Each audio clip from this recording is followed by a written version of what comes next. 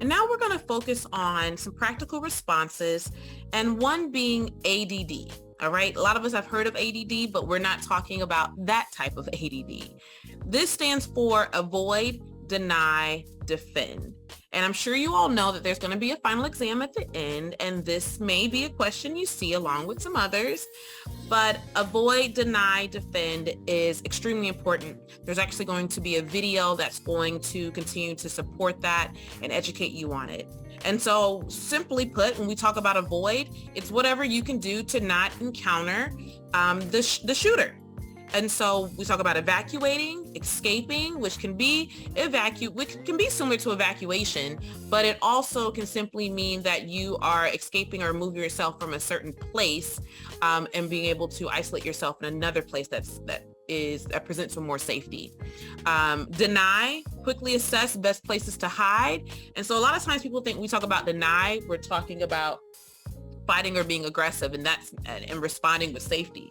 And that's not what we're talking about. It's just best places to hide. So you're denying the shooter's access to you. Okay. When we talk about physicality of this, that's when we talk about defend. That's you versus the shooter. So if you are ever to come in direct contact with the shooter, by all means, we want you to do whatever you have to do to get home, right? If there is a firearm there and you have to run, one of the most common things that we are educated on is to run in a zigzag. We're not necessarily teaching you all negotiation skills, but we want to make sure that we are not going along with what the shooter is asking in those situations. So that's why it goes back to doing your best to make sure that you assess where you are before going out into an open area and taking shelter, knowing when to call law enforcement to allow them to come to the site and to take control of the entire situation. Another thing to think about is that when law enforcement does arrive to your site, let them take control of the scene despite your background. And I may be speaking ahead, and you'll probably hear me say this again in the rest of the content. But in this role, you're security. You're not a police officer. So if you try to do something that maybe your previous training has taught you, you could be potentially putting yourself in harm's way. Okay. And so now we're going to get ready to watch a video. But before we watch it, I want you to make sure that you think about these 3 questions as you're watching the video.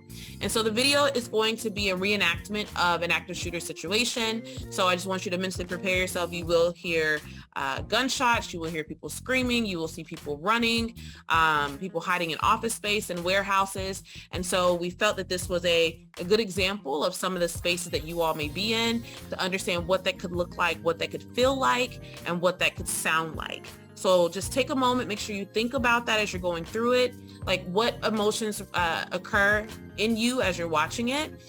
Some of us, we have to be aware of our past, right? If you have served in the military and you've been overseas, and you've had to use your firearm and you maybe struggled with PTSD, there are going to be some emotions that come up with that, right? If you have been in a community and things have happened in your community, if something has happened to you, if you were a former police officer, there's so many things. If you were in a situation with domestic violence, there's so many things that we have to be aware of within ourselves, because when we get into a crisis situation, we automatically go into protective mode, and protective mode is not always equivalent to safety. Okay, so think about those, and then we are going to watch this video that will be present in the next section.